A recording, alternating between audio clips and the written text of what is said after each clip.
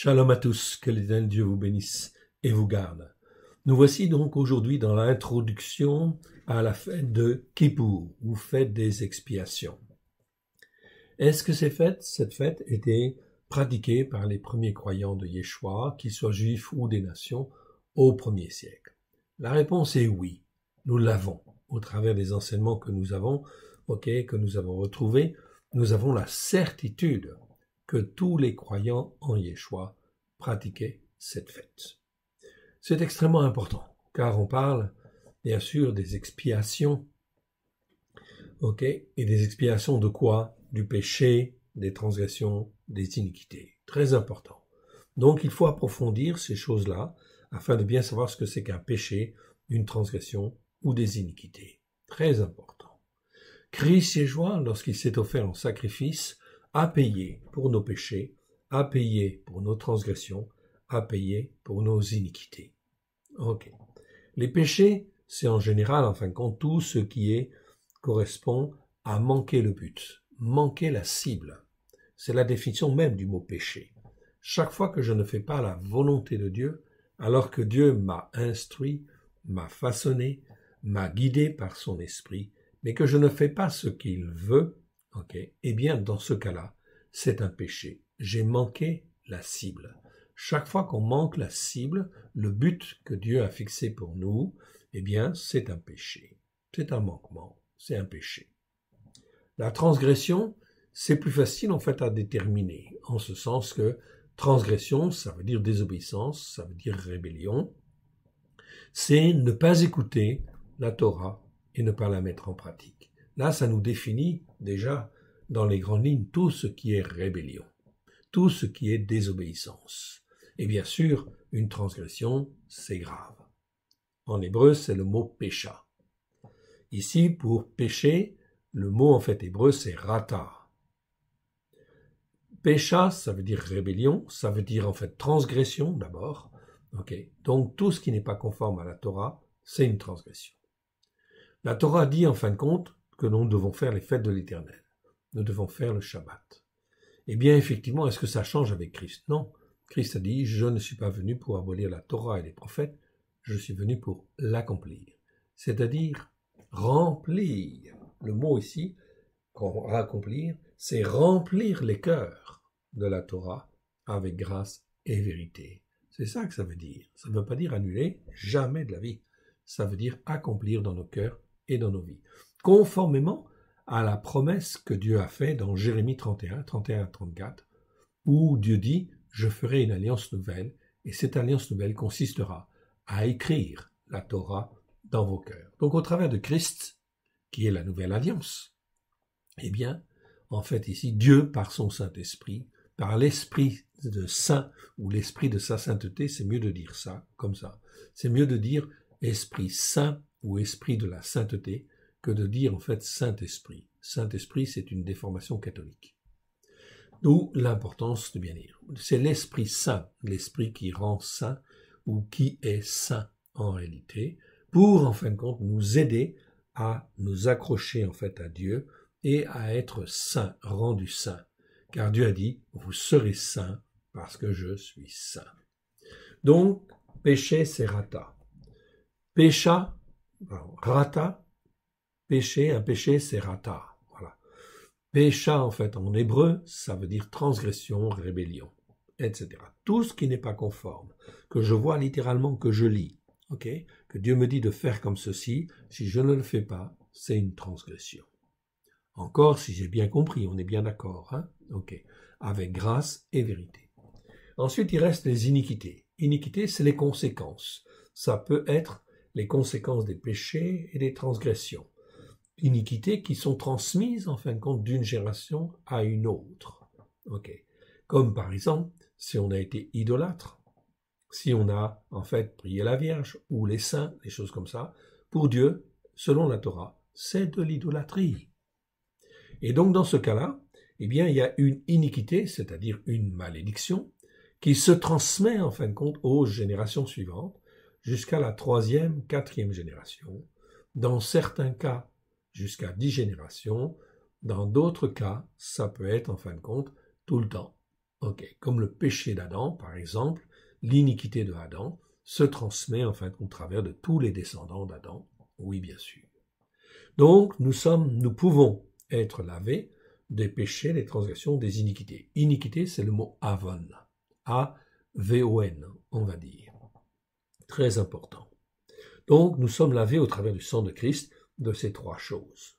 La plupart du temps, lorsque nous, en fin de compte, au cours de l'année, nous péchons ou nous faisons des transgressions, nous demandons pardon à Dieu, nous nous approchons du trône de la grâce, puis effectivement, en fin de compte, nous lavons nos péchés, nos transgressions.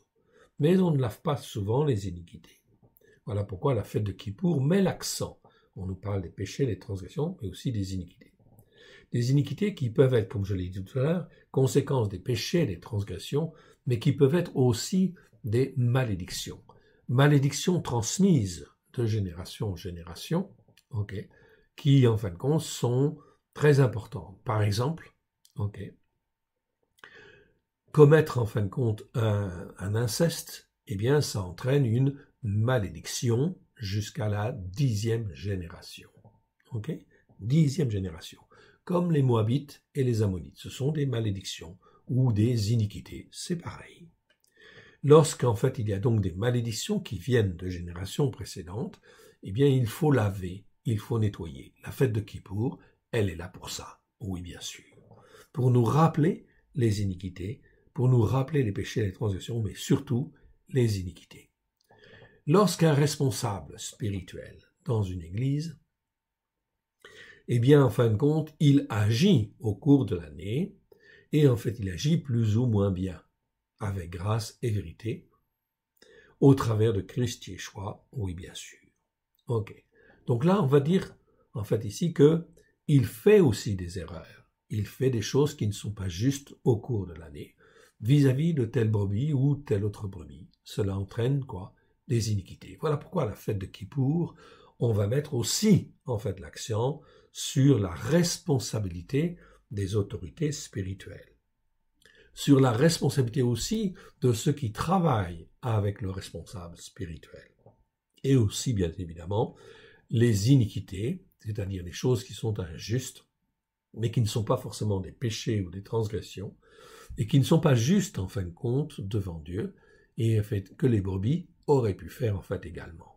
Donc, la fête de Kippour est une fête extrêmement importante, où on se pose les bonnes questions, où on essaye d'approfondir, de creuser, en fait, ici, notre attitude de cœur, afin de savoir si nous avons été justes ou pas justes devant Dieu. C'est lié à l'iniquité. Car iniquité et injustice, c'est très lié, en fait, ici, quelque part. Ce sont, en fin de compte, comme des frères et des sœurs. Eh bien, en fin de compte, il faut se remettre en question. On va donc, en fait, ici, j'avais dit au Seigneur, qu'est-ce que je dois dire, en fait, en termes de prédication, en termes d'enseignement prophétique pour la fête de Kippour. Et le Seigneur m'a donné le psaume 92 pour bien expliquer, en fait, les choses. Psaume 92, c'est un cantique pour le Shabbat, déjà. Donc déjà, première chose, si je ne pratique pas le Shabbat, et que je pratique, en fait, ici, le dimanche, résultat des courses, je suis quoi? J'obéis en fin de compte à l'empereur romain Constantin qui a institué le dimanche à la place en fin de compte du Shabbat. Donc je suis en fait quelque part idolâtre, quelque part. Donc c'est effectivement une transgression de la Torah. Mais cette idolâtrie entraîne automatiquement des iniquités, c'est-à-dire entraîne des conséquences sur en fin de compte les générations suivantes, sur nos enfants.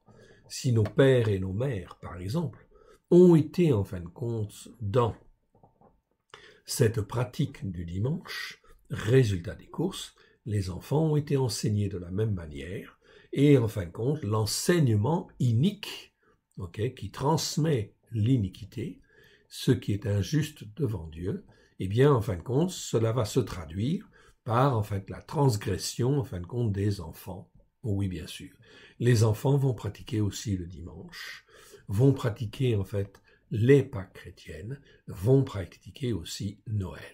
Toutes ces formes en fait ici, ce sont des formes d'iniquité.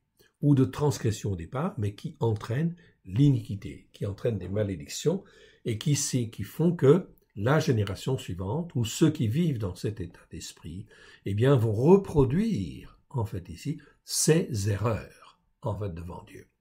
On ne se moque pas de Dieu. C'est tellement important parce que, en fait, ici, Israël, les 10 tribus du Nord, eh bien, c'est exactement ce qu'ils ont fait.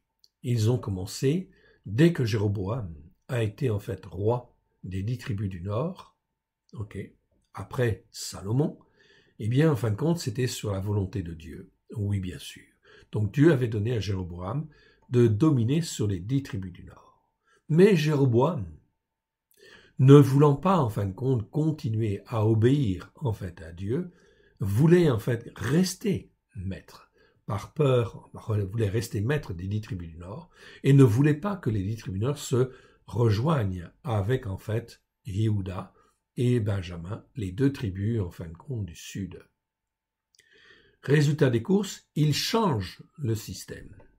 Il change le système et il institue, en fait, notamment la fête des tabernacles, le 15e jour du 8e mois, au lieu de la laisser le 15e jour du 7e mois. Et il a changé tout le système. Ils ont gardé le Shabbat quand même, mais ils ont changé certaines fêtes et tout le système religieux en réalité. Résultat des courses, Dieu n'a eu de cesse que de répéter, après chaque succession de rois, oui, mais le péché de Jéroboam n'a pas été dénoncé. Cela a duré 220 ans. Mais au bout de 220 ans, le couperet en fait est tombé.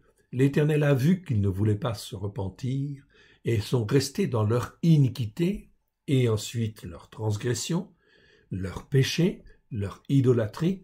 Résultat des courses, Dieu a sanctionné les 10 tribus du Nord. Elles ont été dispersées.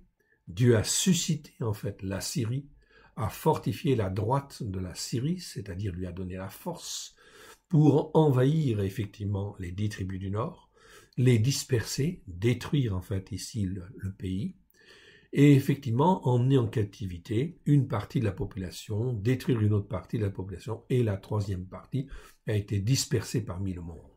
Voilà pourquoi aujourd'hui parmi le monde, il y a des restes des 10 tribus du Nord qui sont dispersés partout dans le monde. Mais Dieu sait où ils sont. Il va les ramener. Donc ici, c'est la désobéissance à la Torah qui est très importante à souligner. Car cette iniquité entraîne toujours, en fin de compte, qui est transférée aux générations suivantes, entraîne toujours d'autres péchés, et d'autres transgressions.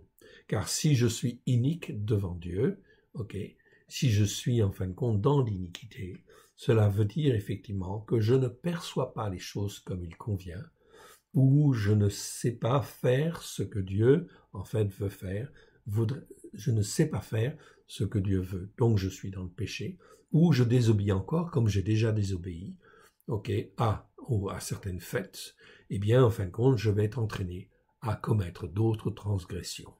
Et ces transgressions et ces péchés vont s'accumuler et ça va faire que l'iniquité, les conséquences des péchés vont s'accumuler et en fait jusqu'à ce que l'iniquité soit à son comble. Et quand l'iniquité est à son comble, eh bien ce qui se passe, c'est la destruction en fin de compte du pays. C'est exactement la même chose avec les Amoréens. Dieu dit en fait à Abraham, à la 4e génération, l'iniquité des Amoréens sera en fin de compte complète. Et donc là, il n'y a plus rien à faire pour les récupérer. Et dès lors qu'il n'y a plus rien à faire pour les récupérer, en fait ici, eh bien Dieu, en fin de compte, laisse aller et laisse venir la destruction. C'est donc très important d'écouter, d'avoir la crainte de l'Éternel, d'écouter et de mettre en pratique. Écouter et mettre en pratique. Donc ce cantique sur le Shabbat est très important parce qu'il nous parle des fêtes, tout simplement. C'est une première étape. Nous qui avons été élevés au départ dans la culture catholique, mes parents étaient catholiques, étaient pratiquants catholiques, donc j'ai été élevé dans la culture catholique. On est bien d'accord là-dessus, mais j'ai abandonné, rejeté toutes ces choses, et en fin de compte, je sais dire aujourd'hui que la Torah est la vérité. Ce qui est conforme à la Torah est bon, est juste, est saint, est spirituel, dipolos, c'est-à-dire quand on dit spirituel, ça veut dire qu'il permet de s'attacher à Dieu et de rester attaché à Dieu. Il n'y a pas d'autre voie pour s'attacher à Dieu que d'écouter et de mettre en pratique la Torah avec grâce et vérité, au travers de Christ Yeshua, qui nous a rachetés des péchés, des transgressions et des iniquités. Il nous a rachetés des péchés que nous avons commis, des transgressions que nous avons commis, des iniquités qui pèsent sur nous, afin que nous puissions écouter et mettre en pratique la Torah avec grâce et vérité. Si j'ai compris ça, eh bien c'est très bien. J'ai compris déjà, l'essentiel de la foi, ici, posée sur la Torah, les prophètes et les psaumes, comme Dieu le veut. Donc ça, c'est important, fondamental. Alors ici, c'est un test, bien évidemment. Cantique pour le jour du Shabbat. Il est beau de louer l'Éternel et de célébrer ton nom, ô Elion, d'annoncer le matin ta bonté et ta fidélité pendant les nuits. Ta bonté, ici, c'est pas seulement miséricorde, c'est le mot resed. Resed que vous voyez apparaître ici, je vous le montre. Resed, c'est un mot qui existe 246 fois dans 240 versets. C'est un nom masculin et ça nous parle de bonté. Premièrement, de bonté. Ce mot est traduit parfois par miséricorde, grâce, amour, parfois reproche, honte très rarement ou crime très rarement. Mais c'est plutôt bonté. C'est la bonté de Dieu à l'égard de l'homme, une bonté miséricordieuse. Attentive, pleine de grâce, elle dure à toujours. Heureusement qu'elle dure à toujours. D'annoncer ta bonté et ta fidélité. Fidélité, c'est émouna, pendant les nuits. Dieu est fidèle. Dès lors que j'écoute et que j'apprends à obéir à la Torah pour la mettre en pratique, Dieu me considère au travers de Christ comme juste, droit de cœur. Précisément dans le psaume 32, c'est droit de cœur. Donc je ne suis pas tordu. C'est donc là quelque chose de très important. Sur l'instrument à des cordes et sur le luth au son de l'art, tu me réjouis par tes œuvres, ô Éternel, et je chante, ô Éternel, ou Yod et Vavé, comme vous voulez. Vous pouvez dire l'un des deux, ça ne me gêne pas du tout, selon votre culture, ça ne me pose pas de problème. Je me réjouis par tes œuvres, Yod et Vavé, et je chante avec allégresse l'ouvrage de tes mains. Car Dieu est toujours à l'œuvre pour, en fin de compte, donner des bénédictions, des bonnes choses fortifiées, restaurées, etc. Je chante avec allégresse l'ouvrage de tes mains. Chaque jour, Dieu rajoute, Dieu fait des choses. Donc je peux vivre pleinement en étant attaché à l'Éternel, notre Dieu. Que tes œuvres sont grandes, ô Éternel, que tes pensées sont profondes. Que tes pensées sont profondes. Très important ce mot, pensée. Pensée, c'est le mot marachava. Je vous le montre. Vous le voyez là, ici, marachava. Marachava, marachavot, au pluriel, c'est un mot qui existe, 56 fois dans 52 versets. C'est un nom féminin. On le traduit, souvent par pensée, c'est très bien. C'est très bien. Mais c'est pensée au sens de pensée qui vont marquer l'avenir, c'est-à-dire marquer, le futur. Les pensées de Dieu, quand on dit les pensées de Dieu, c'est les pensées que Dieu a pour notre futur. Donc elles sont toujours bonnes. Le mot pensée, ici, on le trouve pour la première fois dans Genèse, chapitre 5, chapitre 6, verset 5, où là, Dieu parle, des pensées de leur cœur, car les pensées de leur cœur se portaient chaque jour vers le mal. Donc, si nos pensées, ici, se tournent vers le mal ou des choses mal, attention, parce que l'Éternel Dieu sonde nos cœurs, sonde nos pensées. Il voit comment, nous réfléchissons, comment nous sommes. Exode 31. J'arrive, à Exode 31, 4. Je l'ai rendu capable de faire des inventions, des inventions, de travailler l'or, l'argent et les reins. Ici, je l'ai rendu capable d'avoir des pensées en réalité, de faire des inventions. En réalité, c'est d'avoir des pensées pour travailler l'or, l'argent et les reins. 04 284, c'est le numéro strong. Ici, c'est ici les pensées. Dieu donne les pensées. Donc, il influence nos pensées. Plus tu t'attaches à Dieu, plus tu écoutes et que tu mets en pratique avec grâce et vérité. L'Éternel Dieu va nourrir tes pensées. Il va nourrir en fait ici les pensées de Betsalel pour qu'il puisse travailler l'or, l'argent et les reins. C'est donc très important. Cela ne dépend que d'une seule chose, ton attitude de cœur à l'obéissance et à la soumission à Dieu, à sa Torah, avec grâce et vérité. 2 Samuel 14, 14. Ensuite, on va trouver ce mot-là. Je n'ai pas retenu le verset pour l'expliquer. Ici, j'ai retenu 1 Chronique 28, 9. 28, 9. L'Éternel sonde toutes les pensées, en fait, ici. Donc, l'Éternel sonde par quelques pensées, toutes nos pensées. Voilà pourquoi nous devons, en fait, nous former à l'intérieur de nous-mêmes afin de rendre nos pensées captives à l'obéissance de Christ. Oui, bien sûr. C'est très important afin d'être agréable à l'Éternel Dieu. Sinon, on est dans l'iniquité. Ça veut dire que je dois passer, en fait, ici, par une expiation, demander pardon à Dieu pour mes pensées qui traînent, pour les pensées qui ne sont pas conformes, en fait, à Christ, etc., qui ne sont pas, comment dire, honorables devant l'Éternel Dieu. Ésaïe 55, 8. Car mes pensées ne sont pas vos pensées. Ah, très important. Le mot marachava, chez Ésaïe, dans le prophète Ésaïe, est traduit par pensée, c'est très bien. Donc les pensées, ou chez Jérémie, ça va être traduit par projet, en fait, ici. Les projets de Dieu, en fait, ne sont pas nos projets, très bien, on comprend. Donc, car mes pensées pour vous, pour votre avenir, ne sont pas, en fait, vos pensées, pas vos pensées. Et vos voix ne sont pas mes voix, dit l'Éternel. Donc l'Éternel est souverain, bien évidemment. Ésaïe 55, 9. Autant les cieux sont élevés au-dessus de la terre, autant mes voix sont élevées au-dessus de vos voix. Il est Dieu, donc il est forcément en fin de compte au-dessus de nos voix, et sa manière de faire en fin de compte est largement au-dessus de ce que nous pouvons concevoir. Et mes pensées, marachevot, au-dessus de vos pensées, marachevot, oui bien sûr. Ok. Donc ici, c'est très important. J'arrive chez Jérémie, et chez Jérémie, chapitre 6, verset 19, « Écoute, terre. » Ok.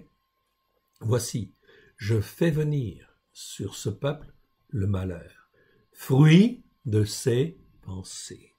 Donc, ça veut dire que le peuple, il, en fait, ici, n'avait pas forcément exprimé, bien sûr qu'il a exprimé des choses, mais ici, en fait, le Dieu dit, en fait, au travers de Jérémie, je fais venir sur ce peuple le malheur, fruit de ses pensées. Voilà pourquoi, mes frères, mes sœurs, nous avons absolument la nécessité de, en fin de compte, revoir les questions, en fait, ici, quant à la manière dont nous réfléchissons.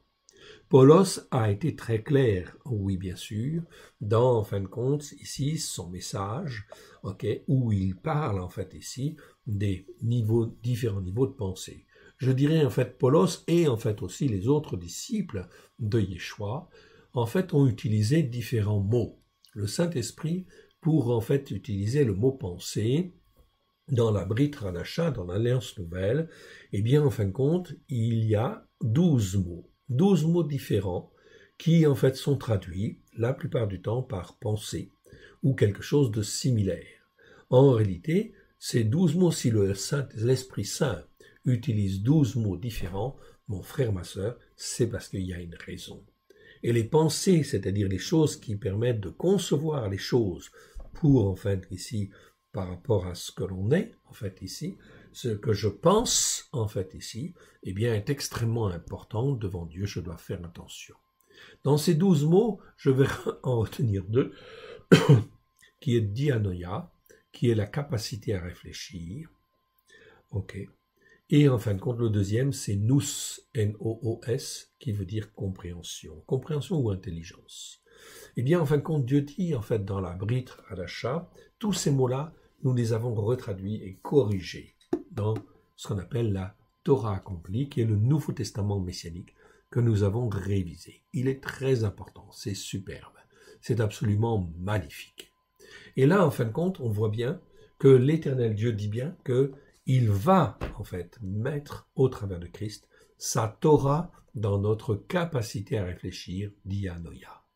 Si dans ma capacité à réfléchir, j'ai en fin de compte les enseignements de la Torah, ça veut dire que je suis à même de réfléchir et d'avoir une capacité à réfléchir qui soit plus assainie. Oui, bien sûr, afin, en fait, avec cette capacité à réfléchir, de pouvoir avoir une compréhension des choses spirituelles, c'est le mot douce, qui soit sanctifiée, qui soit selon la sainteté de Dieu, en fait, ici, car Dieu a dit, vous serez saints parce que je suis saint.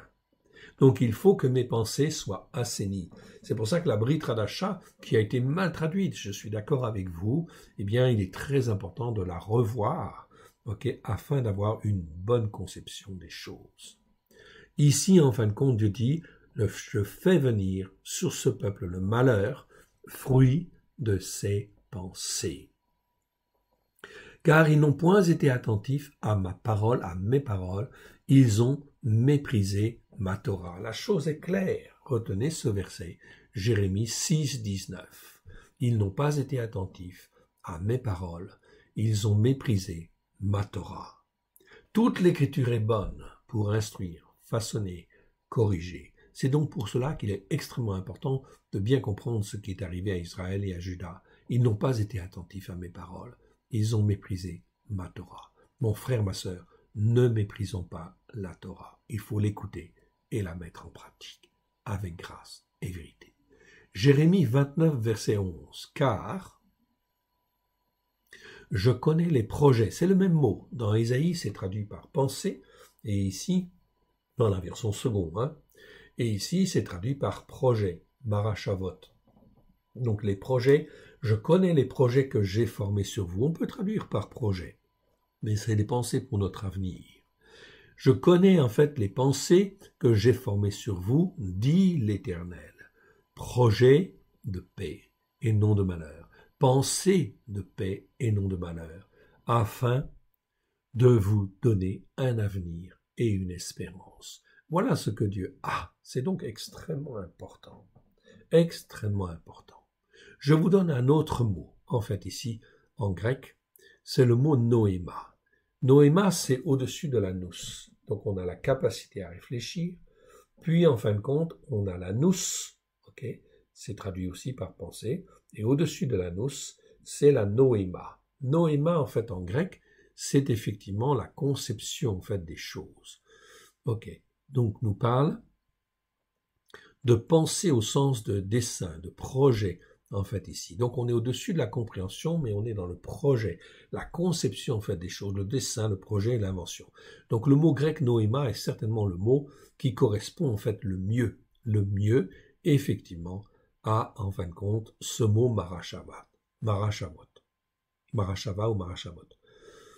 2 Corinthiens, en fin de compte, de 11, on va lire, Paulos, en parlant de Satan, nous n'ignorons pas ses pensées, ou ses desseins, qui sont, en fin de compte, là, toujours de nous détruire. Donc, on peut traduire par dessein, on est d'accord. Mais, en fin de compte, ce n'est pas des bonnes pensées vis-à-vis de nous. 2 Corinthiens 3, 14. Mais ils sont devenus durs d'entendement. Donc, ici, le mot est mal traduit, bien sûr. Noéma, on ne devrait pas dire d'entendement. Mais, en fin de compte, ils sont devenus durs parce qu'entendement ou compréhension, c'est plutôt le mot nous. Noéma, ça nous parle de conception, donc de conception à comprendre les choses spirituelles. Ils sont devenus durs pour comprendre en fait les choses sur le plan spirituel en fait ici. Mais ils sont devenus durs dans leur compréhension, mais compréhension dans leur conception en fait ici. Durs. Ils sont devenus durs en fait ici. Donc ils comprennent en fait les choses et ils sont inflexibles. Comme les gens qui disent, par exemple, la Torah, c'est, si tu écoutes et tu mets en pratique la Torah, eh bien, en fin de compte, c'est judaïsé. Là, en fait, on tombe parfois sur des hommes et des femmes qui ont, en fin de compte, non pas une compréhension des choses erronée, ils l'ont, bien sûr, elle est même pervertie, mais ils sont dans une conception des choses extrêmement dure, extrêmement ferme, et en fait, il n'y a plus rien, en fait, à faire, carrément, pour les récupérer. 2 Corinthiens 4.4 ou 4.3. Si notre évangile est encore voilé, il est voilé pour ceux qui périssent, pour les incrédules, dont le Dieu de ce siècle a aveuglé l'intelligence, la conception des choses. Noéma, c'est ce qu'il y a de plus élevé, en fait, ici, en termes de pensée, en termes de conception, en fait, pour l'homme. Ok. Donc, à aveugler leur intelligence. Ici, le traducteur traduit par intelligence, c'est insuffisant, ce n'est pas intelligence. C'est en fait à aveugler leur conception des choses spirituelles. 2 Corinthiens 10:5. Nous amenons toute pensée captive à l'obéissance de Christ. Oui, bien sûr, toute conception, parce que il y a la capacité à réfléchir déjà, ensuite la compréhension et ensuite la conception. Nous amenons toute conception captive à l'obéissance de Christ. Oui, bien sûr. C'est-à-dire tout ce que je comprends dans les Écritures, ça doit être conforme à Christ, à la conception que Christ a de la Torah, des prophètes et des psaumes. Et si Christ dit, je ne suis pas venu pour abolir la Torah et les prophètes, eh bien, ça veut dire que je dois effectivement, dans la conception, dans ce que je comprends en fin de compte des choses, au final, eh bien, ma conception spirituelle doit être conforme à l'obéissance de Christ. Si elle ne l'est pas, il faut revoir la question. Ça veut dire que je suis quelque part dans l'iniquité et en fin de compte, il y a des choses qui ne vont pas au niveau de ma capacité à réfléchir ou au niveau de ma compréhension ou de la conception des choses spirituelles que je peux avoir. C'est très important. 2 Corinthiens 11:3. Toutefois, de même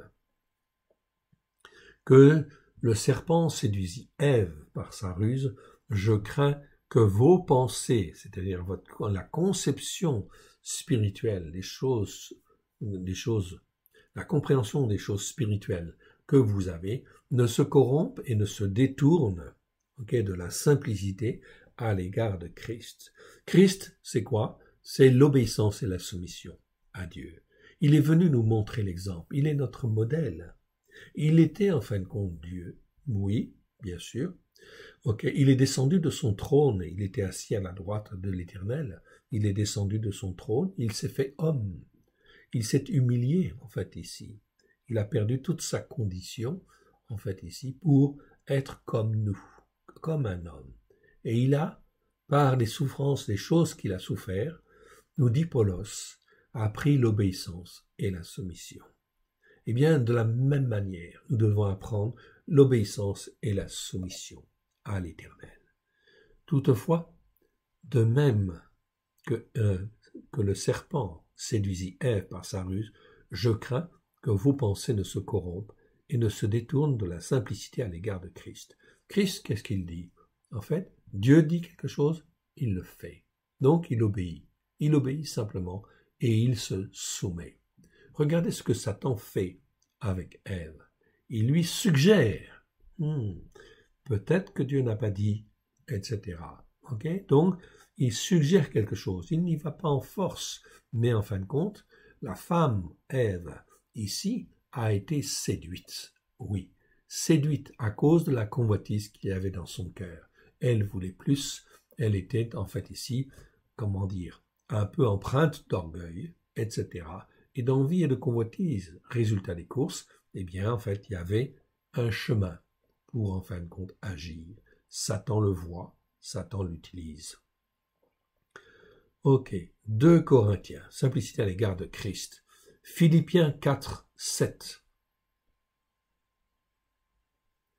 Philippiens 4:7, Et en fait, voilà, 4:7. Et le shalom de Dieu qui surpasse toute intelligence gardera vos cœurs et vos pensées en Christ Yeshua. C'est-à-dire toute la conception que nous avons des choses spirituelles de Dieu. C'est un mot qui n'est pas très important, très important en nombre, on va le trouver que 6 fois. Donc retenez déjà ces 3 mots, en fait très importants. La dianoia, qui est la capacité à réfléchir, Dieu veut qu'elle soit renouvelée par le bain de la régénération. En fait, c'est ce que Paulos nous dit dans Tite, le bain de la régénération, c'est-à-dire le bain dans la parole de Dieu, et le renouvellement du Saint-Esprit. Donc notre capacité à réfléchir doit être baigné, doit baigner dans la parole, et en fait ici être renouvelé par, en fin de compte, le Saint-Esprit, l'Esprit Saint, ou l'Esprit de la sainteté, qui va nous communiquer en fait la sainteté de Dieu. Car Dieu a dit, vous serez saints parce que je suis saint. De cette capacité à réfléchir, Dieu laisse l'homme faire comme il veut. Il peut réfléchir comme il veut. Mais s'il comprend bien, s'il est dans la régénération en fait avec la parole et le renouvellement du Saint-Esprit, il va avoir une meilleure compréhension. Compréhension en fait des choses spirituelles. Et de la compréhension, eh bien en fin de compte, va sortir une conception. Là, on est dans la nous, et ici, en fait, dans la conception, on est dans la noéma, c'est-à-dire de concevoir les choses spirituelles comme Dieu, en fait, le veut. Et là, eh bien, en fin de compte, la nous, c'est-à-dire la compréhension, doit être sanctifiée, car certains versets, en fin de compte, qui utilisent le mot nous parlent bien de compréhension pervertie. Donc, il y a des hommes, qui soi-disant sont spirituels, mais qui ne le sont pas, parce qu'ils sont pervertis dans leur compréhension. Ces versets-là, nous les avons tous revus, vous les comprendrez et vous les découvrirez en fait ici. Vous ne les découvrirez pas dans votre traduction parce que les traductions, en fin de compte, ne mentionnent pas et ne font pas la différence entre ces différents mots grecs. Donc ça, c'est très important, fondamental. Et là, il faut bien sûr se nourrir et se nourrir comme il faut. Donc ici, et Dieu est le shalom de Dieu, qui surpasse toute intelligence. Donc lorsque notre capacité à réfléchir est sanctifiée, notre compréhension, en fin de compte, elle va forcément, en fin de compte, être sanctifiée puisqu'elle découle de notre capacité à réfléchir.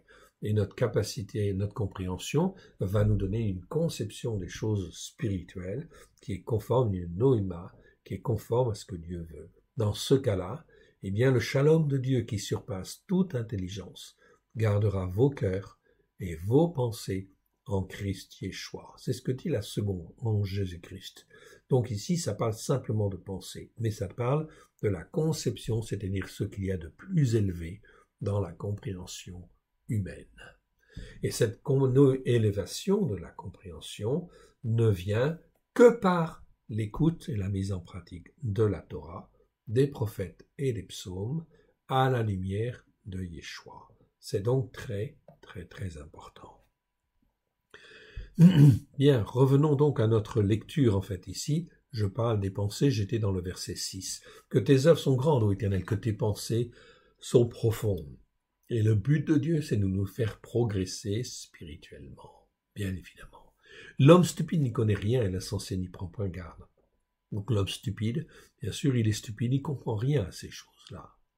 Et l'insensé n'y prend point garde, il n'y fait pas attention. Si les méchants croissent comme l'herbe, si tous ceux qui font le mal commettent l'injustice, fleurissent, c'est pour être anéantis à jamais. C'est très important ce verset. On voit au travers, en fait, ici, de ce psaume, que Dieu, en fin de compte, laisse les méchants croître. Laisse les méchants croître comme l'herbe. Si tous ceux qui commettent l'injustice fleurissent, c'est pour être détruits à jamais. Mais leur fin, en fait, ici, c'est dans les temps de feu, bien évidemment. Donc, si tous ceux qui commettent l'injustice, ici, ce n'est pas iniquité. Dans le mot, enfin, dans nos traductions, la plupart du temps, c'est traduit par iniquité. Mais ce n'est pas le mot avon. Je vais vous le montrer. Ici, c'est le mot, en fin de compte, aven. Je vous le montre. Vous le voyez, en fait, ici. C'est le mot aven qui existe 78 fois dans 78 versets. Aven, c'est un nom masculin, qui existe 78 fois dans 78 versets. Souvent c'est traduit par iniquité aussi, ou des choses comme cela. Mais c'est pas bon parce que c'est différent du mot avon. Ici c'est aven, ici c'est avon. Cette petite différence en fait ici de voyelle est très importante en fait en hébreu. Très importante parce que en fin de compte Dieu nous rachète des péchés, des transgressions et des iniquités. Avon, toujours. Mais en fin de compte, quand on tombe dans l'aven, c'est plus en fin de compte, de l'iniquité rebelle. C'est-à-dire qu'en fait, l'homme sait que c'est mal, que c'est péché, que c'est transgression, que c'est iniquité. Mais il continue de le faire. il est en fin de compte dans une rébellion et il persévère dans cette voie-là. Donc, pour ne pas confondre le mot aven avec le mot avant, eh bien, en fin de compte, nous l'avons traduit par injustice, car il veut dire en fait injustice. C'est ce qui est injuste devant Dieu. En référence toujours à la Torah. Si tu écoutes et que tu mets en fait en pratique la Torah, eh bien, tu es selon effectivement des modèles justes. Mais si tu n'écoutes pas et que tu persévères à ne pas écouter, eh bien, résultat des courses, on tombe enfin dans l'injustice, on tombe dans la veine. Et ce qui est terrible, c'est que lorsque en fait on tombe dans la veine, eh bien effectivement, il n'y a aucun verset, aucun de ces 78 versets, nous les avons vérifiés les uns après les autres, aucun de ces 78 versets, en fait ici, ne permet de montrer que l'on peut revenir de la veine. On ne revient pas de la veine.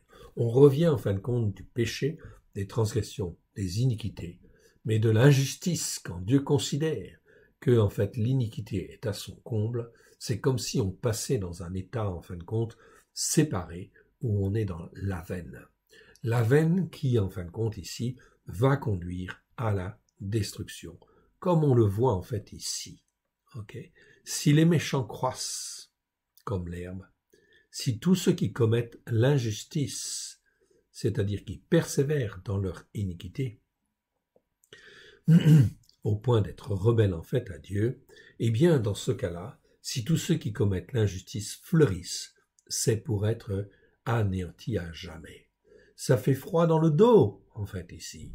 Ou bien, en fin de compte, voilà pourquoi Dieu cherche des témoins de vérité, des témoins de sa vérité, afin de glorifier son nom. C'est donc en fait extrêmement important cette notion d'iniquité, qu'il ne faut pas persévérer dans l'iniquité, dans ce qui est injuste devant Dieu, car si je persévère, je peux tomber en fait ici dans la veine. Dieu dit en fait à un moment donné, ok, c'est terminé, il ne veut pas écouter, il ne veut pas entendre, ok, j'ai mis plusieurs témoins sur sa route, mais il ne veut pas en fait entendre, il ne veut pas écouter, eh bien en fin de compte, il sera considéré comme un méchant. Et si les méchants croissent comme l'herbe, si tous ceux qui commettent l'injustice fleurissent, c'est pour être anéantis à jamais. Ceci, en fait, nous est dévoilé. Pourquoi? En fait, ici, non pas pour nous faire peur, mais pour avoir une crainte salutaire, en fin de compte, de Dieu, qui nous garde, en fin de compte, dans le bon chemin, afin, en fin de compte, d'avoir la crainte de l'Éternel. Oui, il y a des jugements. Et ces jugements sont tous expliqués. Ils sont tous expliqués dans la Torah. Voilà pourquoi la Torah, elle est extrêmement importante. Je dois apprendre, en fait, à avoir les jugements justes, bien évidemment.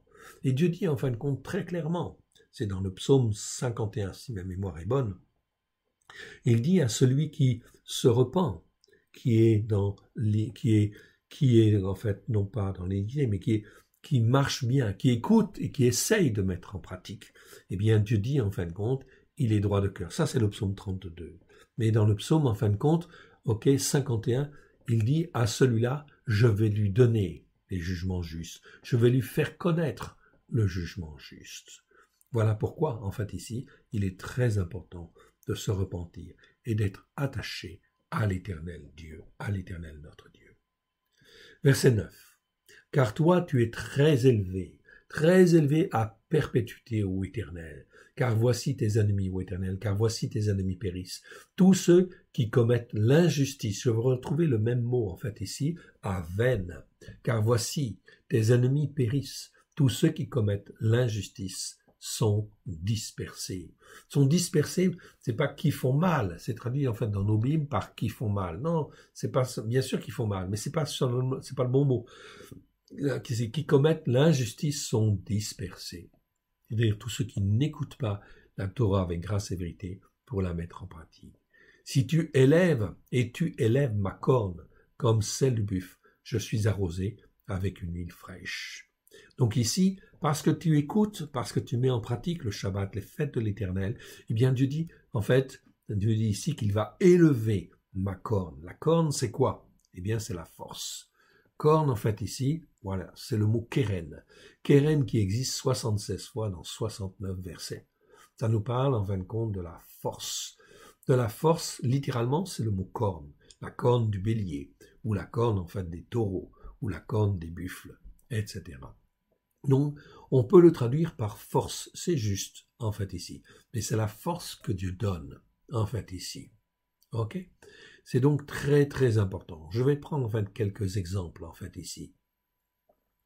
Ok, quelques exemples. Ok, je vais prendre, en fin de compte, 1 Samuel 2, 1.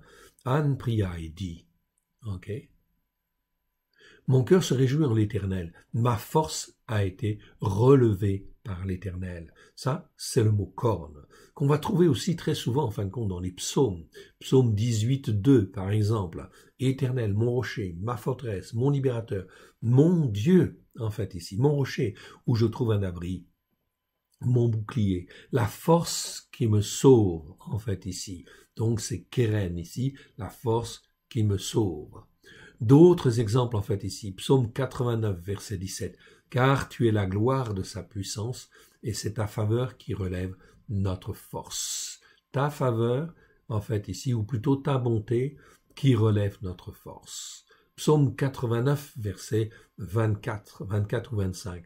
Ma fidélité et ma bonté seront avec lui, et sa force s'élèvera par mon nom.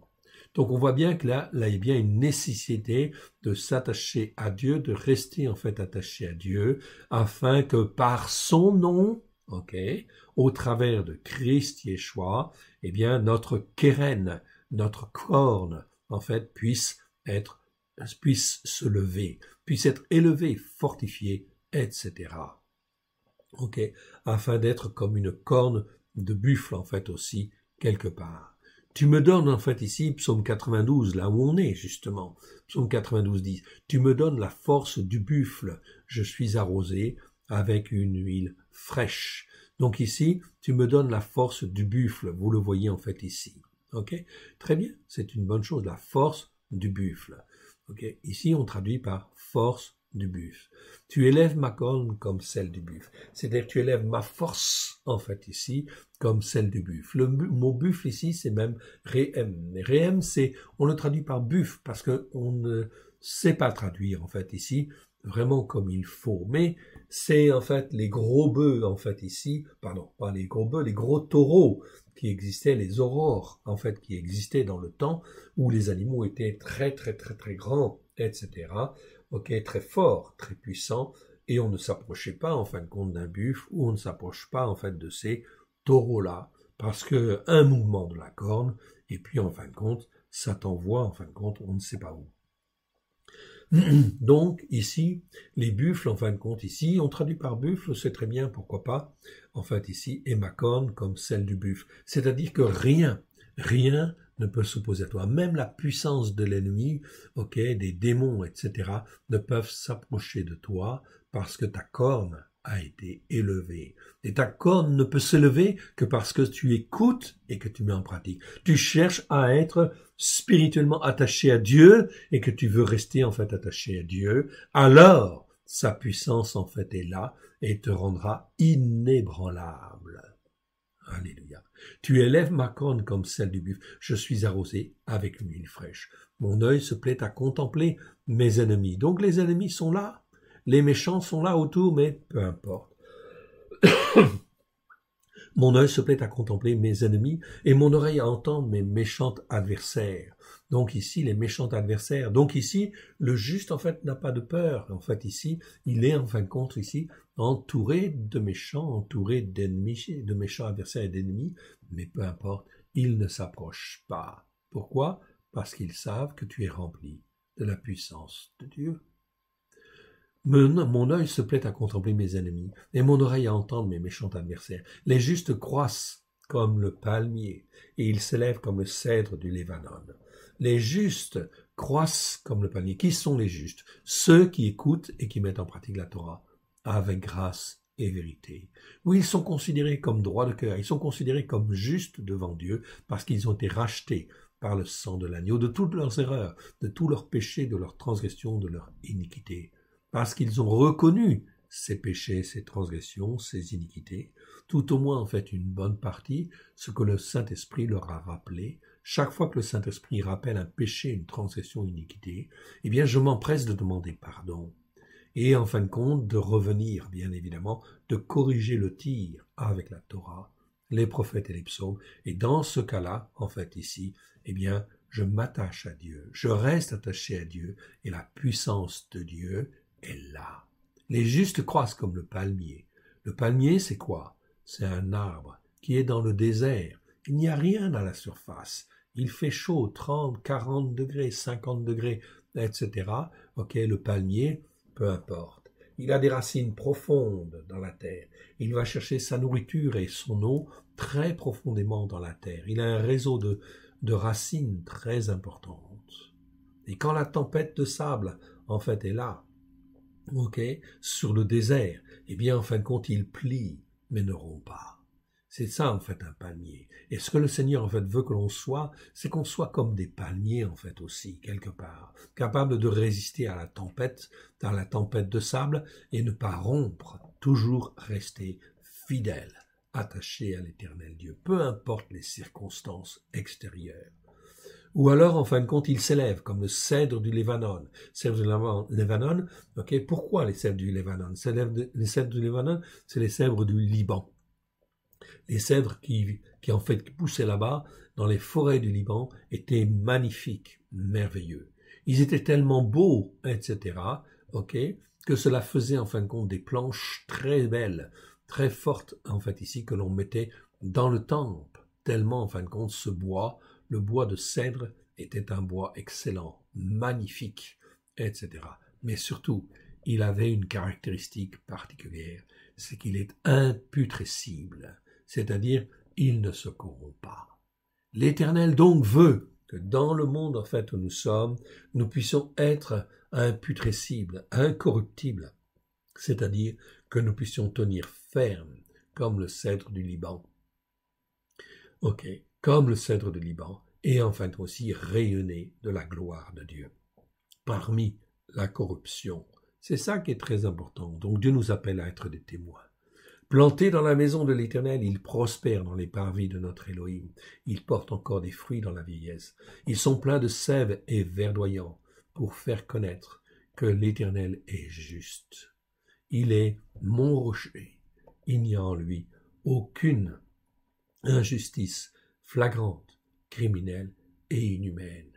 Ici, ok, très important, pour faire connaître que l'Éternel est juste. Ça, c'est la question du témoignage.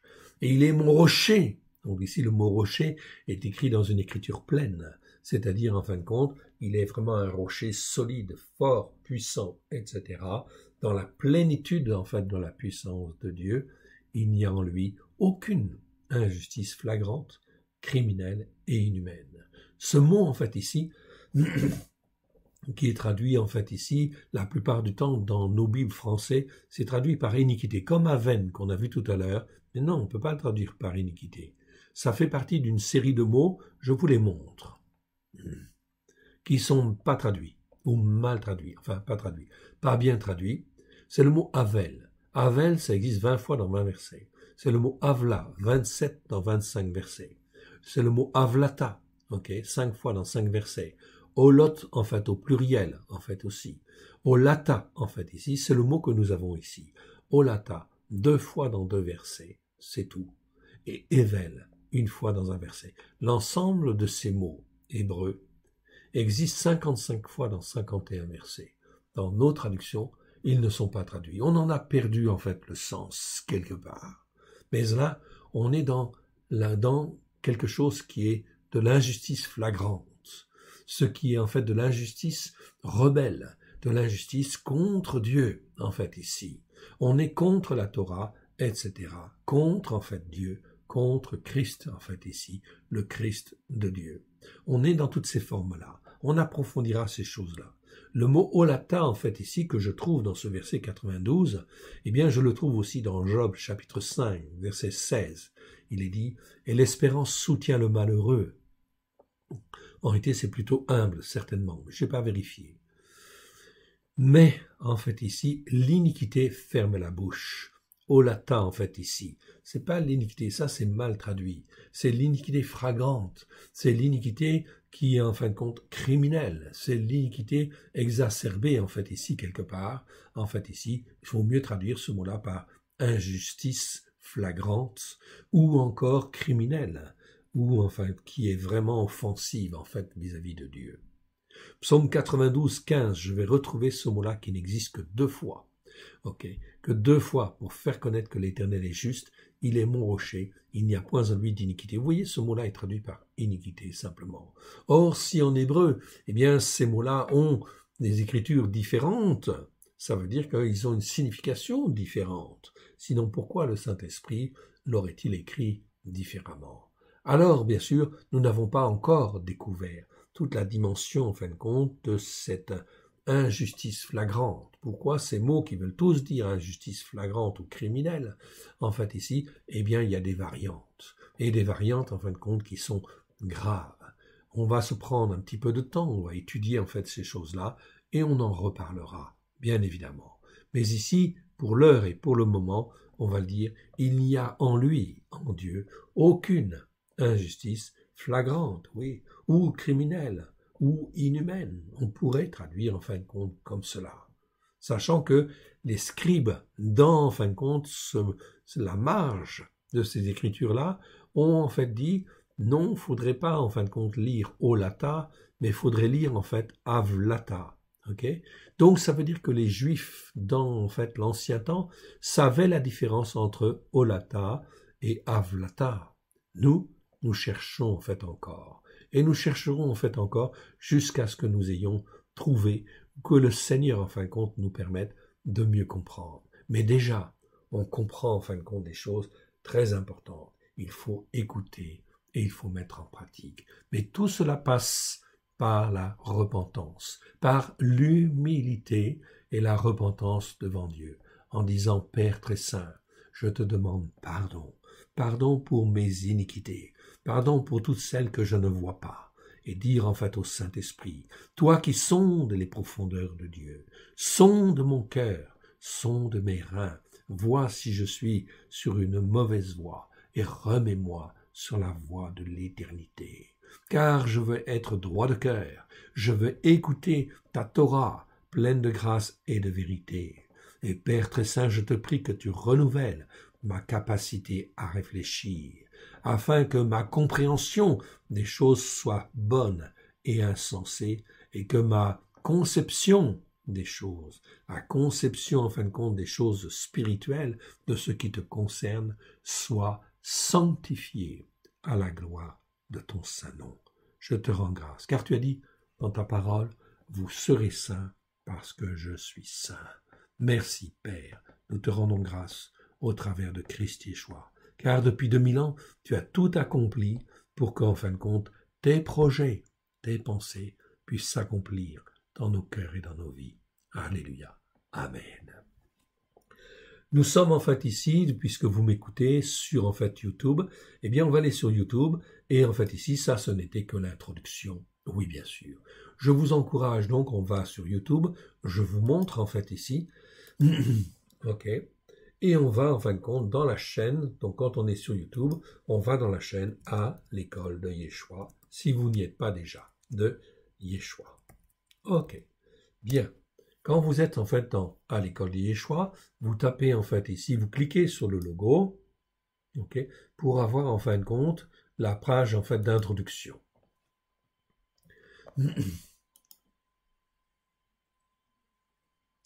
Ok.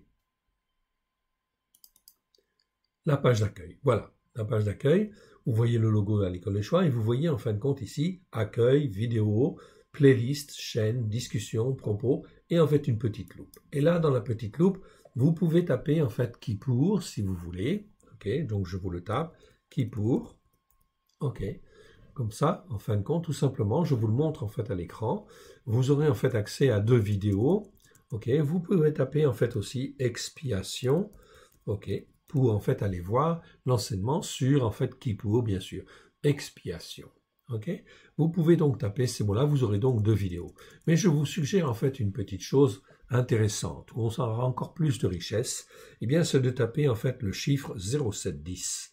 Pourquoi 0710? Parce que la fête de Kippour a toujours lieu le 10e jour du 7e mois, selon le calendrier messianique du roi David.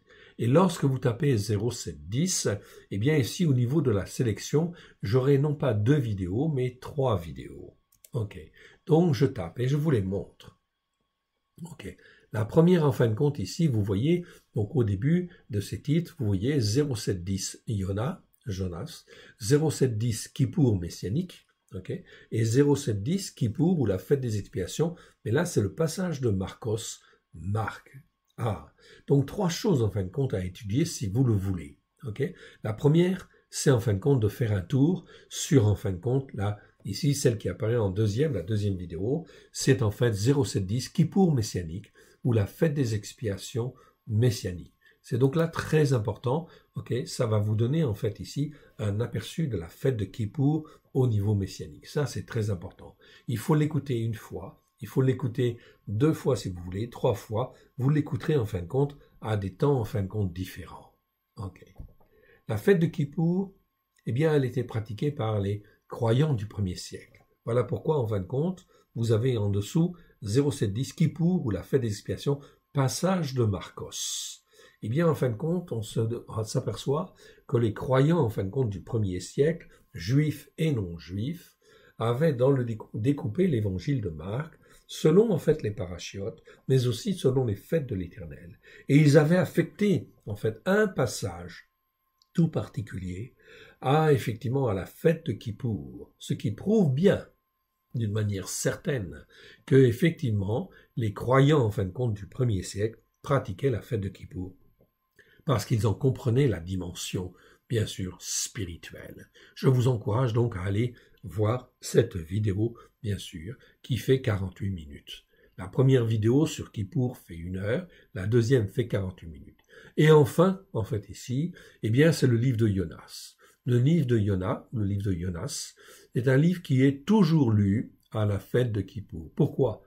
Parce que c'est un livre qui appelle à la repentance. Qui appelle à la repentance même un peuple qui était méchant, qui était criminel, c'était les Assyriens, qui étaient durs. Eh bien, en fin de compte, Dieu envoie un prophète, Yona, en fait, voir les Assyriens. Il va aller à Ninive et il va prêcher la repentance.